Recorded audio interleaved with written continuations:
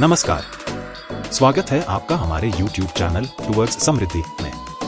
यह है आपका साप्ताहिक शेयर बाजार रिव्यू, जहां हम हर हफ्ते की बड़ी खबरों, बाजार की गतिविधियों, आने वाले हफ्ते के महत्वपूर्ण इवेंट्स और स्टॉक्स टू वॉच पर चर्चा करेंगे। यहां आपको मिलेगा आसान भाषा में वह सब कुछ जो आपके निवेश और बाजार की समझ के लिए जरूरी है। तो जुड़िए हमारे साथ हर शनिवार रात 8 बजे।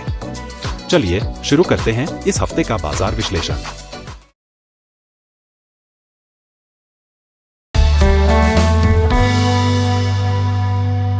निफ्टी 50 ने 25 अप्रैल 2025 को जो वीकली कैंडल बंद की है वह बहुत मजबूत दिखाई दे रही है। निफ्टी ने अपने गिरते हुए चैनल, फॉलिंग चैनल से ऊपर की तरफ ब्रेकआउट दिया है। अभी निफ्टी का क्लोजिंग लेवल करीब 24,039 के पास है। पहला सपोर्ट 23,400 के पास है। दूसरा मजबूत सपोर्ट 22,000 के पास है। इमीडिएट रेसिस्टेंस 24,800 पर है। अगला बड़ा रेसिस्टेंस 26,200 के आसपास है। चार्ट में दिख रहा है कि निफ्टी ने 50 EMA ब्लू लाइन के ऊपर क्लोजिंग दी है, जो एक बड़ा पॉजिटिव संकेत है।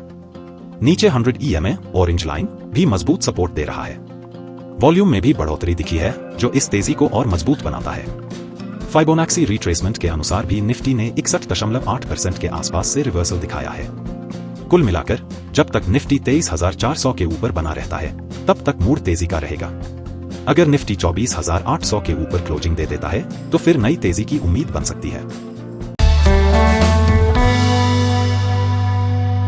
बैंक निफ्टी ने 25 अप्रैल 2025 को जो वीकली कैंडल बंद की है, वह थोड़ी सी कमजोरी के साथ बंद हुई है, लेकिन ट्रेंड अब भी पॉजिटिव दिख रहा है। बैंक निफ्टी ने 54,664 के आसपास क्लोजिंग दी है। पहला सपोर्ट 54,463 पर है। दूसरा सपोर्ट 50,198 के पास है।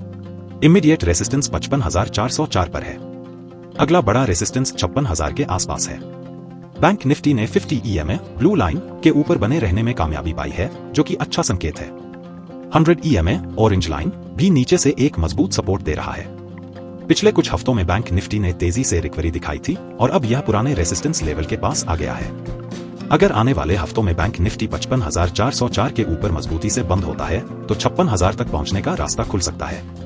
लेकिन अगर कमजोरी आती है, तो 54,463 और फिर 50,198 अहम सपोर्ट रहेंगे।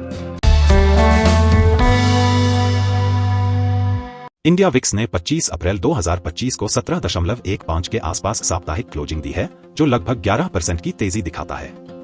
विक्स का ट्रेंड थोड़ा सा ऊपर की तरफ है, जिससे मार्केट में हल्की नर्वसनेस दिख रही है। अगर विक्स 17.32 के ऊपर निकले तो वॉलेटिलिटी बढ़ सकती है। फिलहाल मार्केट थोड़ा सा सतर्क रहने वाला है। USD INR इस सप्ताह 85.36 पर बंद हुआ। प्राइस ने 86.23, 2.618 फाइबोनाक्सी से रिजेक्शन लिया और अब 84.02, 1.618 फाइबोनाक्सी के पास सपोर्ट टेस्ट कर सकता है। फिलहाल USD INR हल्की कमजोरी दिखा रहा है। डॉलर इंडेक्स 99.58 पर बंद हुआ है। इसने 100 के इंपॉर्टेंट साइकोलॉजिकल लेवल के नीचे क्लोज दिया है और इमीडिएट सपोर्ट 98.18 के पास है।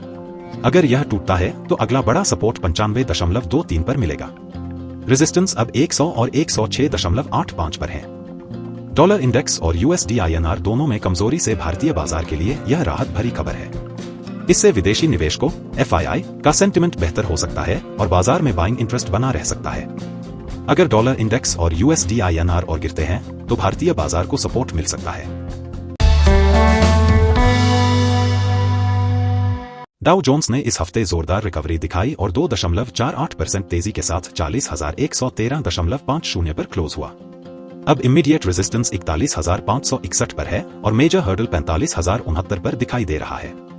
नीचे सपोर्ट 38,100 और 33,603 के आसपास बना हुआ है।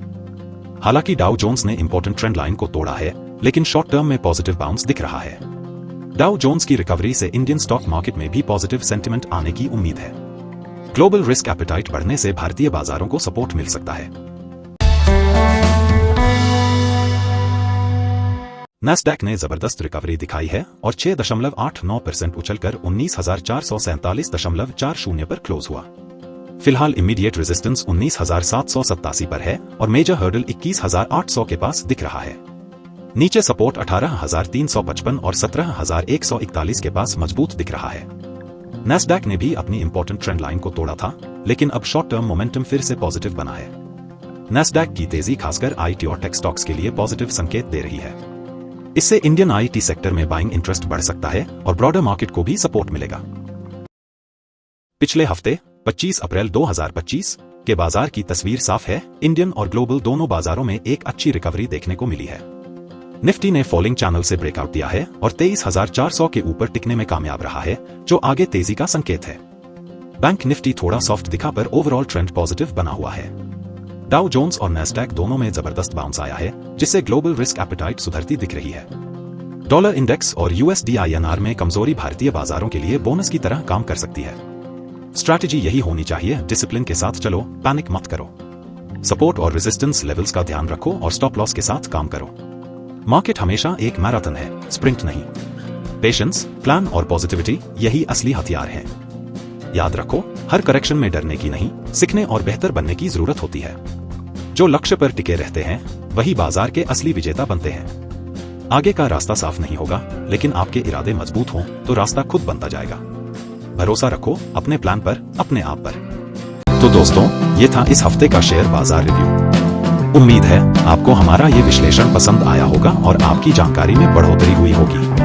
अगर आपको ये वीडियो अच्छा लगा तो इसे लाइक और शेयर करना न भूलें। और हाँ, हमारे चैनल टुवर्ड्स समृद्धि को सब्सक्राइब करें ताकि आप कोई भी अपडेट मिस न करें। हमसे जुड़े रहें और अपने सवाल या सुझाव नीचे कमेंट में जरूर लिखें। मिलते हैं अगले शनिवार रात 8 बजे। तब तक के लिए नमस्कार।